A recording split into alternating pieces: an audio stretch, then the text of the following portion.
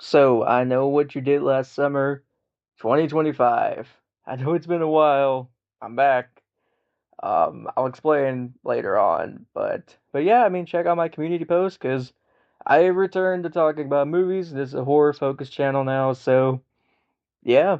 Anyhow, what's I know what you did last summer, 2025 all about? Well, this movie follows a group of not teens, surprisingly, college students, pretty much, grown adults, after going to one of their friends' wedding receptions or something along those lines.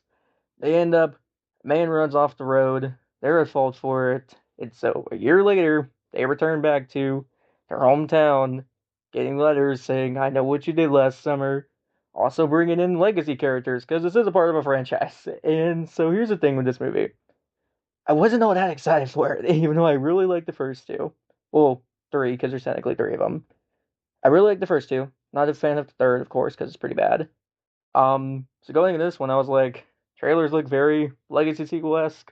They look very odd. So sat down, got myself a drink, watched this movie, and yeah, no, I really liked it. I surprisingly really liked the I Know What You Did Last Summer Legacy sequel. And here's what I like about it. For one, is that honestly, I might be getting a little bit of spoilers. It doesn't treat it as much of a legacy sequel as I thought it was going to be because off the trailers are like, oh, it's all the beats of the original. No, not really. This one, you definitely, you get the high body count, you get the fishermen coming in, you get these people who feel really guilty about what happened, but they're getting stalked and killed one by one. Kills in this movie are great. Like, honestly, I love the kills. This movie was much more gorier than I was expecting it to be. Along the lines of, well, because the first two weren't really that gory. Also, the third one exists, but we don't talk about the third one. But no, like, the kills were super cool, super fun. It was great seeing the fishermen back. Because this is the first film in the franchise since, like, 2005, 4, something like that. It's been forever ago since the last movie. And it was cool seeing the fishermen on the big screen because I mean, I do have a little bit of nostalgia with I Know What You Did Last Summer, the first two movies, so it was cool seeing them on the big screen.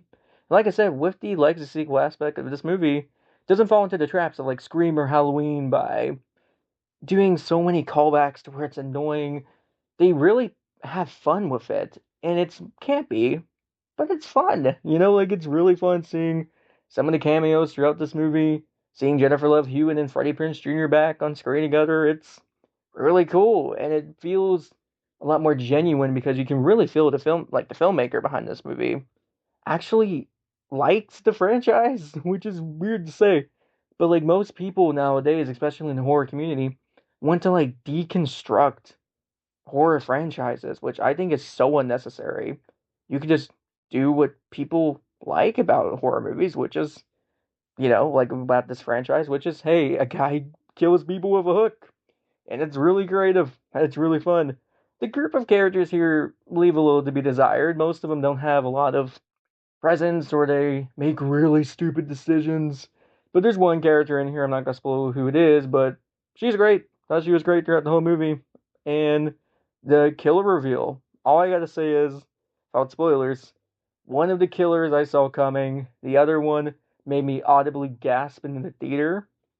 It was such a big swing, and it could have been a miss, but dude, it really worked. Especially if you know this character, it really did work for the film, and I thought it was ballsy, thought it was out there, but it was cool. Like it was a great decision. I feel like they made. And all in all, I know what you did last summer, 2025. It's a good time at the movies. I'll give this about a 7.5 out of 10.